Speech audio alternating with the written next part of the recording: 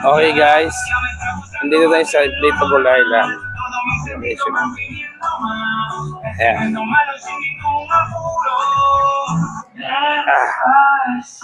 Ayan, isa po ito sa mga makikita nyo dito sa Inflatable Island.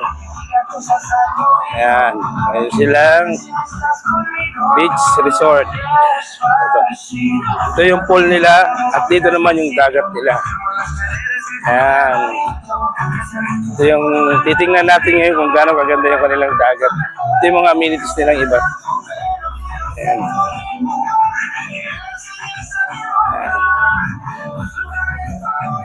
Okay. Iba lang talaga yung binibigay na init dito. Grabe. Pero maganda siya. Kaso sobrang init talaga. Ayan. Yan yung inflatable island nila. Ayan. Inflatable boat. Ayan. May jet ski sila. Hi, mama. Okay. Ito.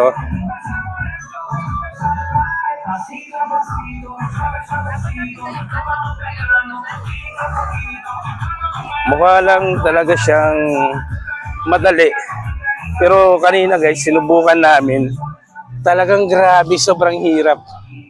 Sobrang hirap maglaro dyan sa one and inflatable island. Inflatable na yan. Sobrang hirap.